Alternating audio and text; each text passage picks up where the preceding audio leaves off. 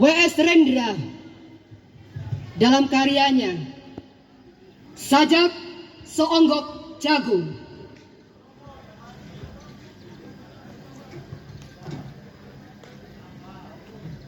Seonggok jagung di kamar dan seorang pemuda yang kurang sekolahan memandang jagung itu.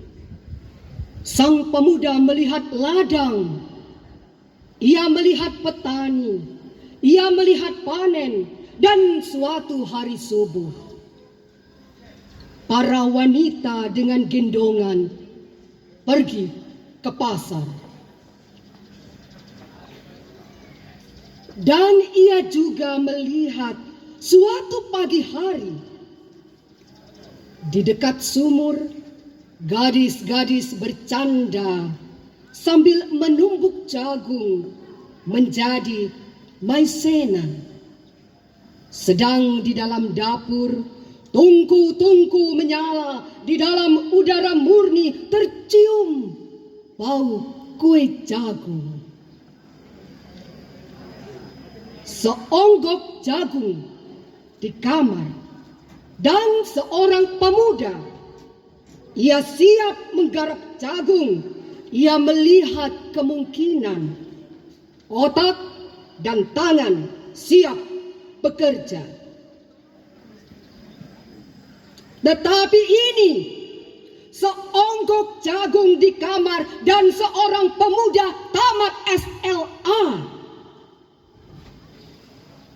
Tak ada uang, tak bisa menjadi mahasiswa. Hanya ada seonggok jagung di kamarnya. Ia memandang jagung itu dan ia melihat dirinya terlunta-lunta. Ia melihat dirinya ditendang dari diskotik. Ia melihat sepasang sepatu kenes di balik etalase. Ia melihat saingannya naik sepeda motor. Ia melihat nomor-nomor lotre. Ia melihat dirinya sendiri miskin dan gagal. Seonggok jagung di kamar tidak menyangkut pada akal, tidak akan menolongnya.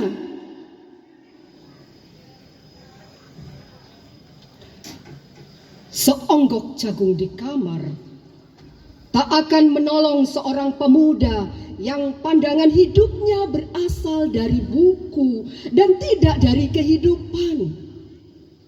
Yang tidak terlatih dalam metode dan hanya penuh hafalan kesimpulan, yang hanya terlatih sebagai pemakai, tetapi kurang latihan bebas berkarya.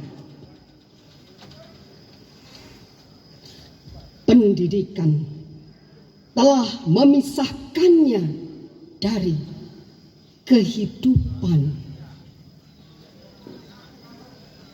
Aku bertanya, apakah gunanya pendidikan bila hanya akan membuat seseorang menjadi asing di tengah kenyataan persoalannya?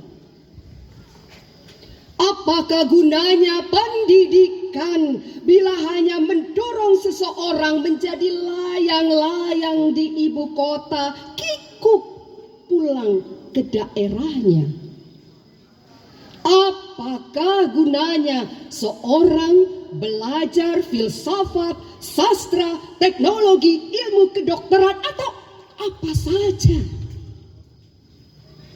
bila pada akhirnya ketika ia pulang ke daerahnya lalu berkata,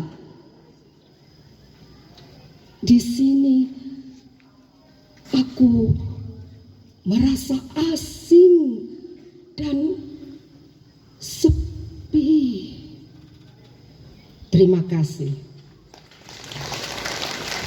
Anak-anak SMA Negeri 1 Riau Silip tidak akan menjadi pemuda-pemuda tamat SLA dan kebingungan seperti ini karena telah dipersiapkan untuk terampil dalam hidupnya. Sepakat? Sepakat. Sepakat? Sepakat. Iya, terima kasih. Mohon maaf, untung saya tak sempat membaca sajak anak muda. Kalau enggak, nanti Ujang Supriyanto pasti nyuruh saya turun nanti. Turun ke jalan lagi.